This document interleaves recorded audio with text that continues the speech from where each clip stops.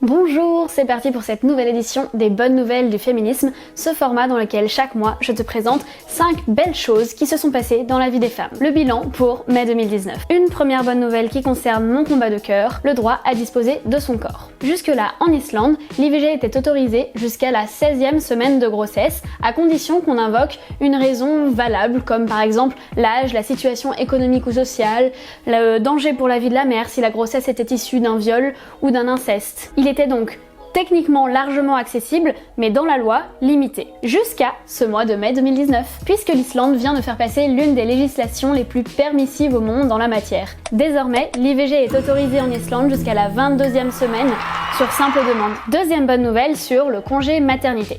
Imagine deux meilleures amies. L'une s'appelle Sam, elle est graphiste freelance, et l'autre s'appelle Lou et elle est salariée dans une entreprise.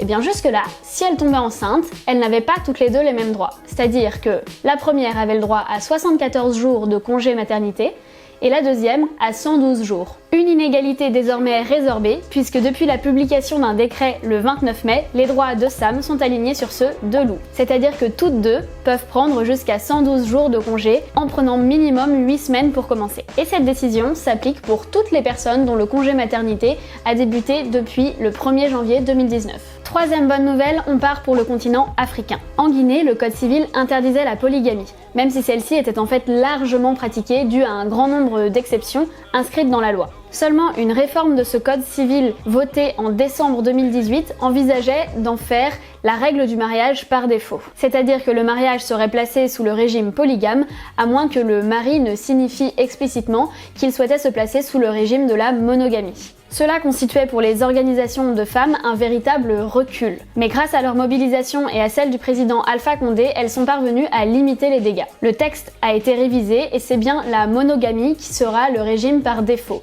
Le texte n'est pas pour autant exempt de critiques, puisque le mariage pourra désormais être légalement déclaré polygame, à condition d'avoir l'accord de l'épouse. Quatrième bonne nouvelle est retour en France avec une information d'importance pour nos utérus et nos porte-monnaies. Une mission sur l'expérimentation de la gratuité des protections périodiques a été confiée à la sénatrice Patricia Schillinger.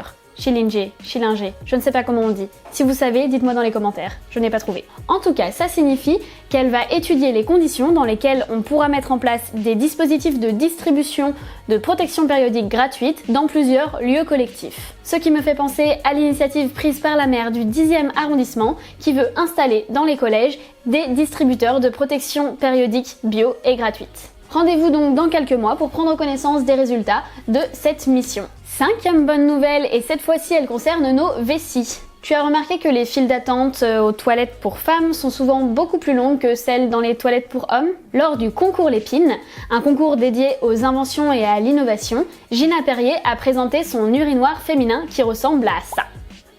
Il permet de se soulager en 30 secondes top chrono contre 3 minutes en moyenne pour des toilettes classiques. Et en plus, il est écolo et mobile. Ce n'est pas le premier urinoir féminin inventé. Perso, j'ai eu la chance d'en utiliser dans un festival dès l'été dernier et il y a quelques mois, j'avais aussi découvert Madame Pi, un autre type d'urinoir féminin, qui ressemble cette fois-ci plutôt à ça. Bref, vivement que de tels dispositifs soient disponibles partout, histoire qu'on n'ait plus à aller se cacher dans les forêts pour ne pas se faire pipi dessus. C'est terminé pour ce mois-ci. Si tu as aimé, n'hésite pas à laisser un commentaire et mettre un pouce bleu. N'hésite pas également à partager cette vidéo, car c'est comme ça qu'on répand la bonne humeur et qu'on me fait plaisir également, c'est important. Et bien sûr, tu peux t'abonner, de nouvelles choses sont à venir sur cette chaîne très bientôt. À très vite!